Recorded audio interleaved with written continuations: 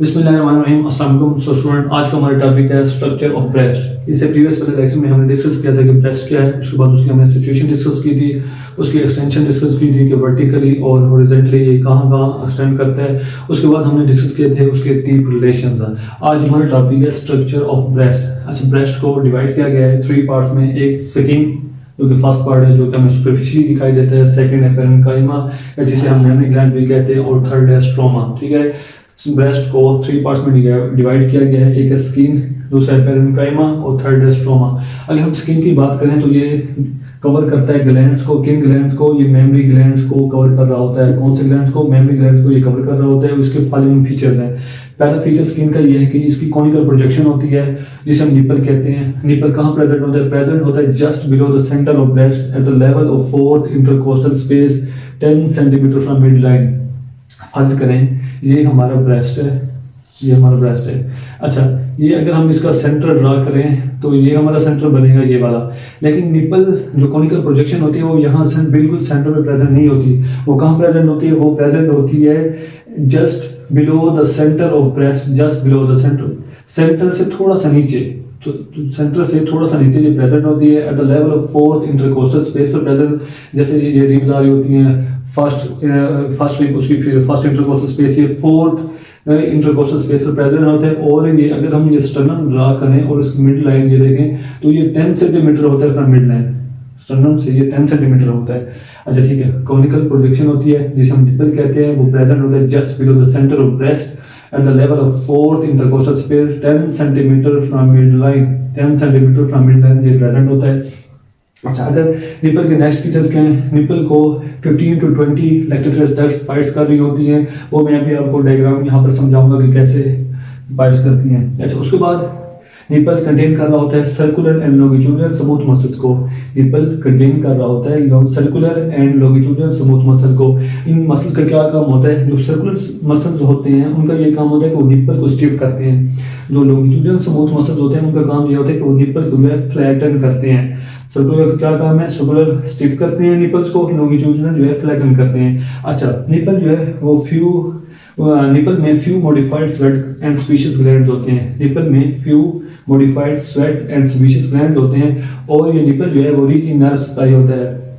Main इसमें काफ़ी ज़्यादा नर्व सप्लाई होती है। उसके बाद दूसरा अगर फीचर स्किन का हम डिस्कस करें तो वो ये है कि स्किन जो कि साउंड कर रही होती है बेस ऑफ निपल, वो पिगमेंटेड होती है। तो एंड फॉर्म सर्कुलर एरिया जिसे हम एरोला कहते हैं। Skin sounding base of nipple and pigment is pigmented and form circular area जिसे हम एरोला कहते हैं। देखें, ये हमारा निपल था, उसके इर्द गिर्द जो ये स्किन है जो कि सराउंड कर रही होती है बेस निपल को, वो एक तो पिगमेंटेड होती है और दूसरा उसमें क्या होता है, और वो एक सर्कुलर एरिया बनाती है जिसे हम एरोला कहते हैं। ठीक है, ये निपल है हमारा और ये जो सर्कुलर एरिया है जो कि पिगमेंटेड होता है वो एरोला होता है।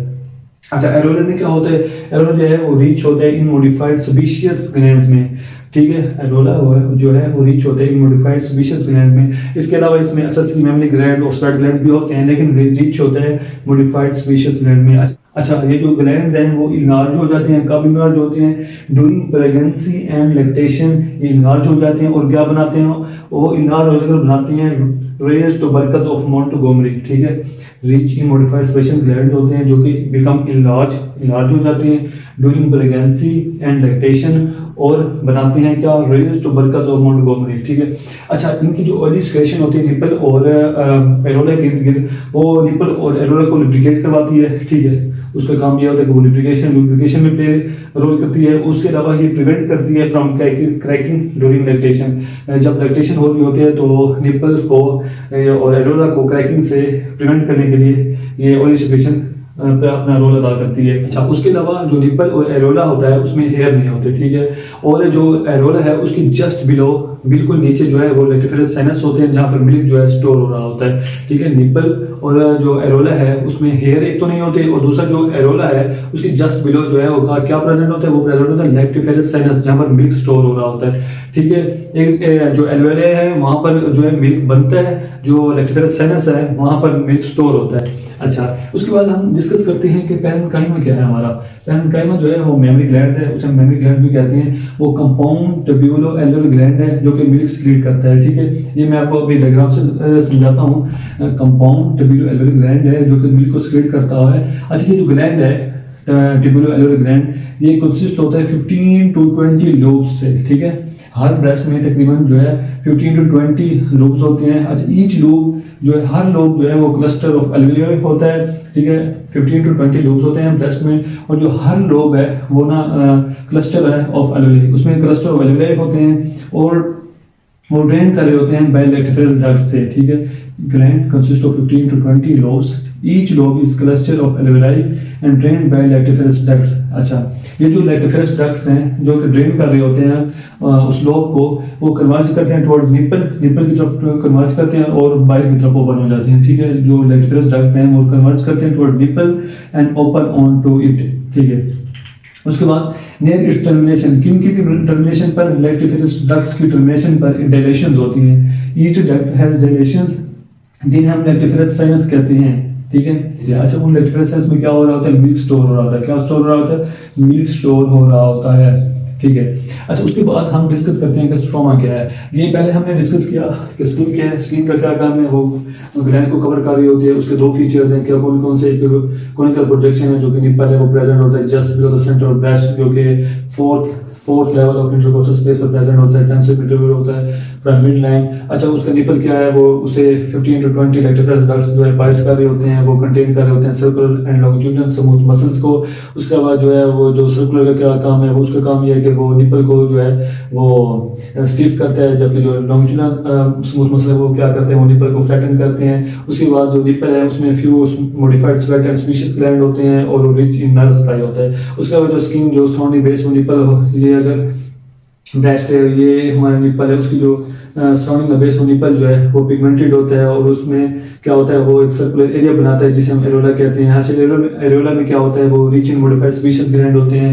वो जो ग्लैंड होते हैं इनार्ज हो जाते हैं प्रेगनेंसी और लैक्टेशन के दौरान, और इनार्ज होकर क्या बनाते हैं, ट्यूबरकल्स और मोंटगोमरी बनाते हैं। उसके बाद ओलेज सिक्रीशन जो है वो निपल और एरोला को लुब्रिकेट करवाती है और इन्हें ड्यूरिंग लैक्टेशन जो है क्रैकिंग से बचाती है। उसके बाद हमने पढ़ा है कि पैरेन्काइमा क्या है। पैरेन्काइमा ये है कि वो कंपाउंड ट्यूब्यूलो एलुलर ग्लैंड्स होते हैं जो कि सीक्रेट करते हैं मिल्क को।